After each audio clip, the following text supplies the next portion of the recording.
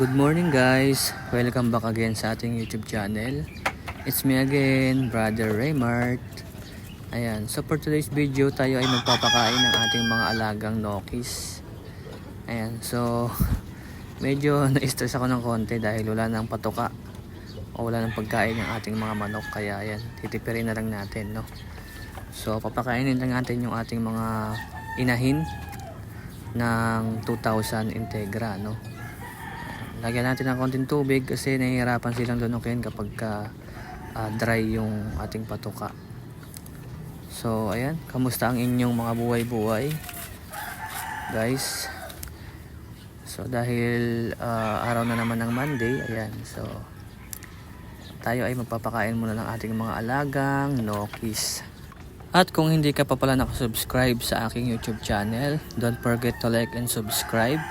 Pwede rin po kayong mag-comment para ma-shoutout ko po kayo at malaman ko kung taga saan kayo para malaman ko po kung saan umabot ang video na ito. Ayan po yung dalawa nating inahin na baby hen.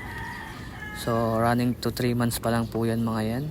At galing po yan sa aking ninong. So magkapatid po yan dalawang yan at yung isa naman kanina sa unang video ko ay kapatid din yan nila pero second batch. At ito yung ating mga alagang white leghorn. Ayan. So running to 7 months na po yan sila.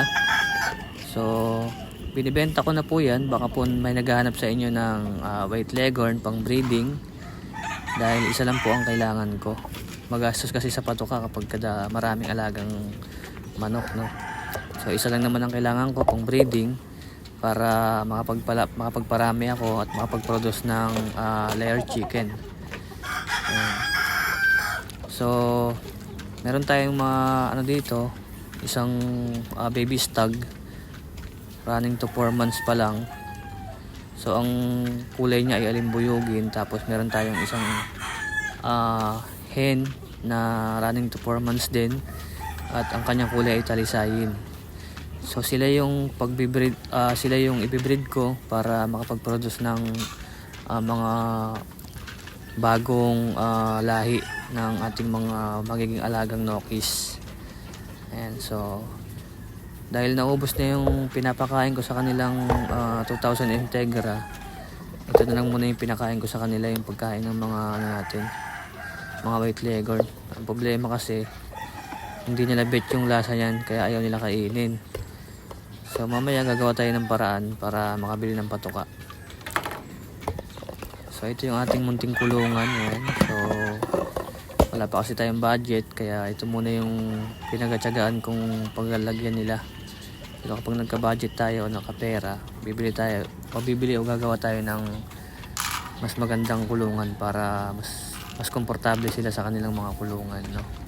Disclaimer lang pala, no? Hindi, ang video ito ay no animal harms.